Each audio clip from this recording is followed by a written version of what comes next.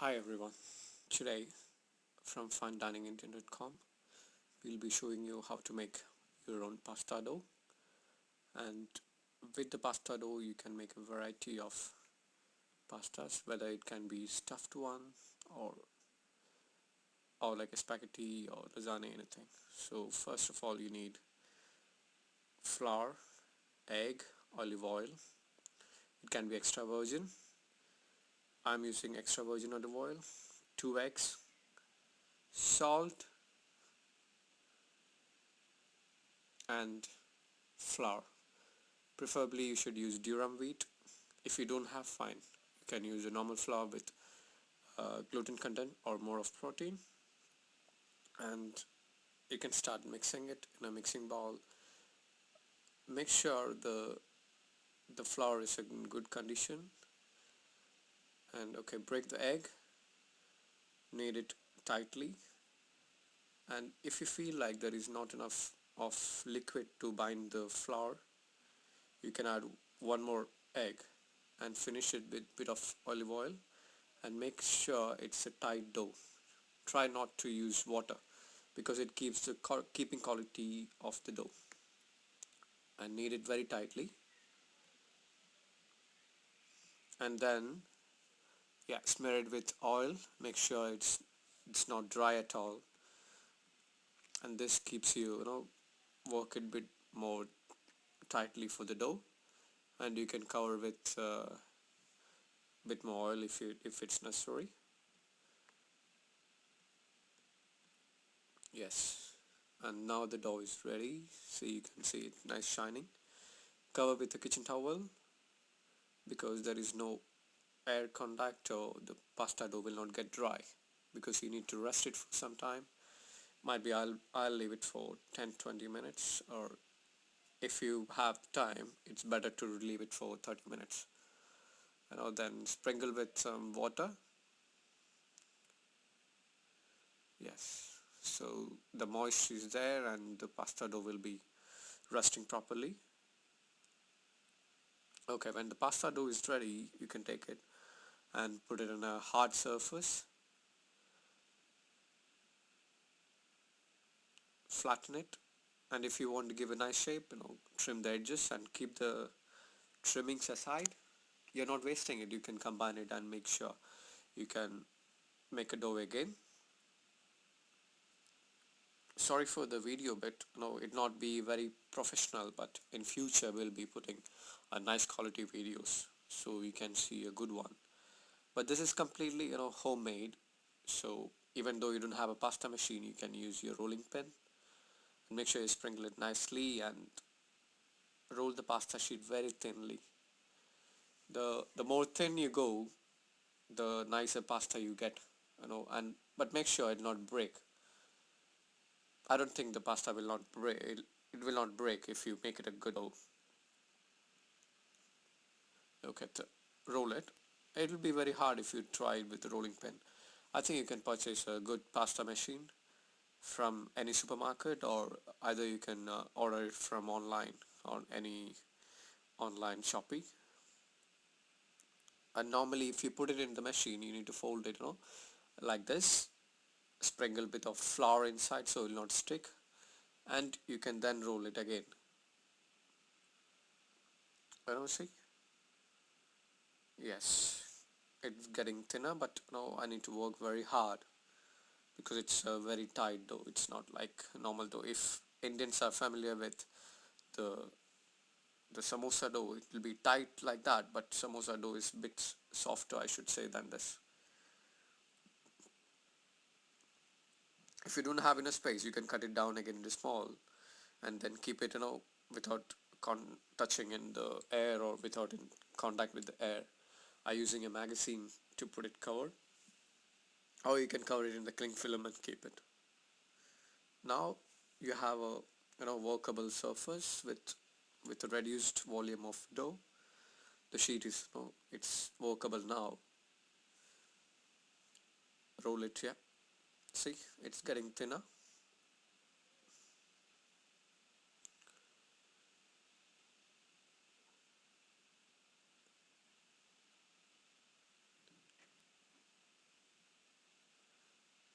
See, actually, the if the pasta dough is very thin, you can see it goes like a transparent sheet.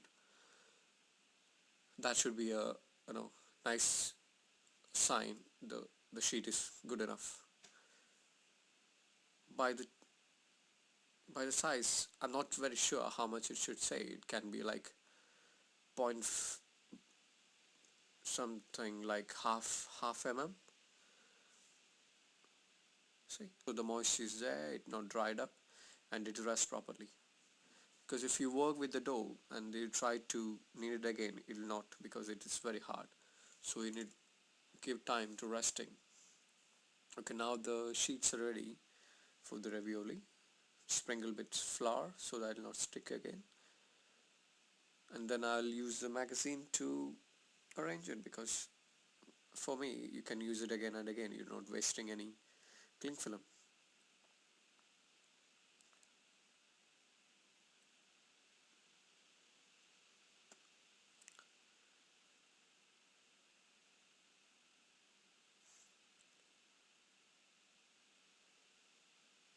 Okay, I'm putting on top of Aston's face. He's a Michelin star chef, and most of the good restaurants they make their own pasta. And if you are healthy and you know what to make and you want to know what goes in your food, you can make your own pasta and impress your guests. And if you're a foodie and you enjoy making your own food, it's good. Now you can play with the other sheet,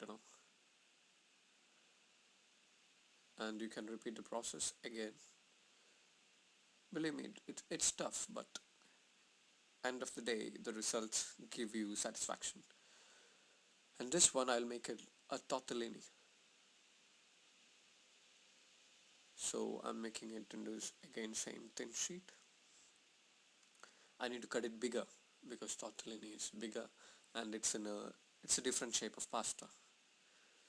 There is a lot of different pasta shapes and sizes, like the common ones: spaghetti, lasagna, raviolis are stuffed ones, and north to south, east to west in Italy all have their own pasta preparations.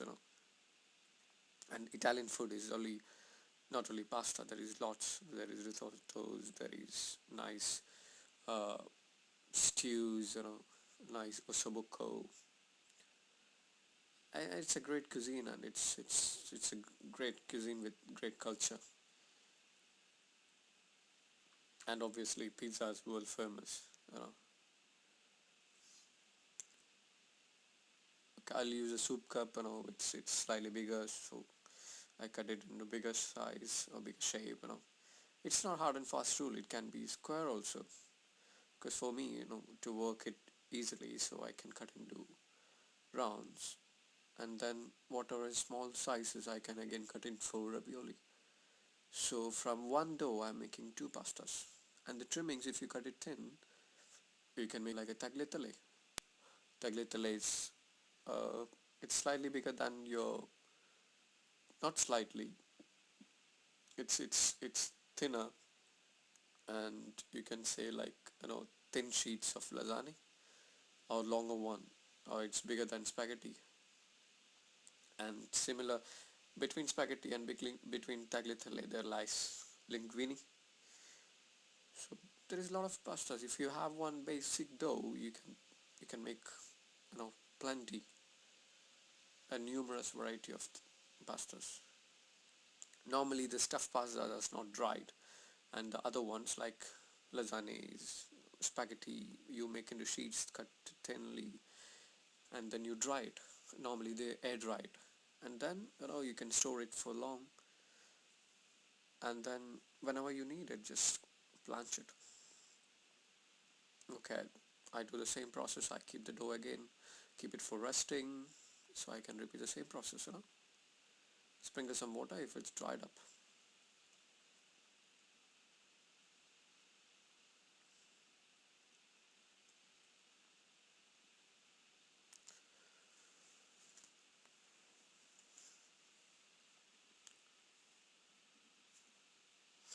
I enjoy cooking, different things, and if you know the basic pasta dough, you know, and you are interested in cooking, you can try a variety of things.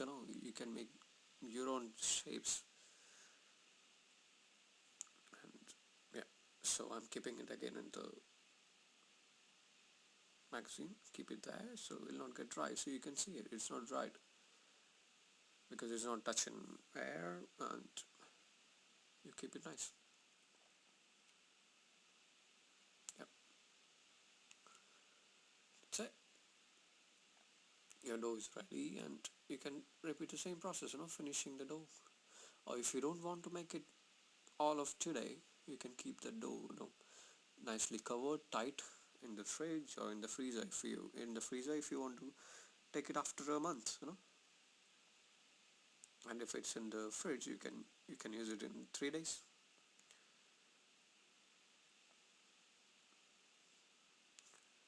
And now I'll show you for the stuffing.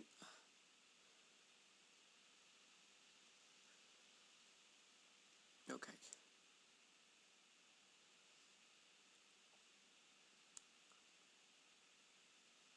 for the stuffing you need mushrooms. I have chorizo, and chorizo I cut into thin, and mushrooms again I cut into thin, and I have chopped garlic and chopped onion. The I take a thick bottom pan, slightly bigger bottom, because you need to sweat it, so you need to saute it. So if it's a bigger one, it's very good for getting the color, because you need to get it brown. And if it's a short pan, like if it's a small base and all the vegetable will be stuffed, there is not enough space to saute it. The vegetable is not that tasty, it starts stewing kind of thing, or it start leaving their water and it start cooking on their water. It's not ideal for, you need a crispy thing and you need a good flavor, so you need a good pan for it. Okay, saute. When the onions are sweat and nice brown, put your chorizo. Why I'm putting chorizo before the mushroom is because once you put the mushroom and saute it, you put the chorizo, it becomes like again, stewy kind of thing. It will not give a crispy side. So I saute the chorizo first, make it crispy. Yeah, nice. So you can see it nice and crispy. And when you saute the chorizo, you get the fat from that melted, and it gets, sorry, it'll be stayed on the pan again. So, and I keep the chorizo separate, and in the same oil I'll take the mushroom to saute, and I keep some chorizo separate for the garnish. It's nice to show the stuffing as a garnish, so the guest can immediately see it, what is there, and it's an identification. Okay, it's chorizo coming inside, and you can give it as a nice garnish also. Okay, repeat the same process. Saute the mushroom nicely, and if you have a nice spaced pan, the mushroom will get nice brown color. And that's the sauce. I just cooked it. It's tomato sauce. And this for the stuffing, I use a mixture of mushroom, chorizo, that's what we sauteed, and I put ricotta cheese in it. It's a soft cheese from Italy anyway. It's good for making cheesecakes, the risotto. Sorry, even in risotto, yeah, people put it, ricotta. So nice flavor cheese, very soft, mild cheese actually. It has a nice sweet kind of flavor. You mix it nicely, and you can season it if it's salt is less or pepper is less. So that's for the stuffing.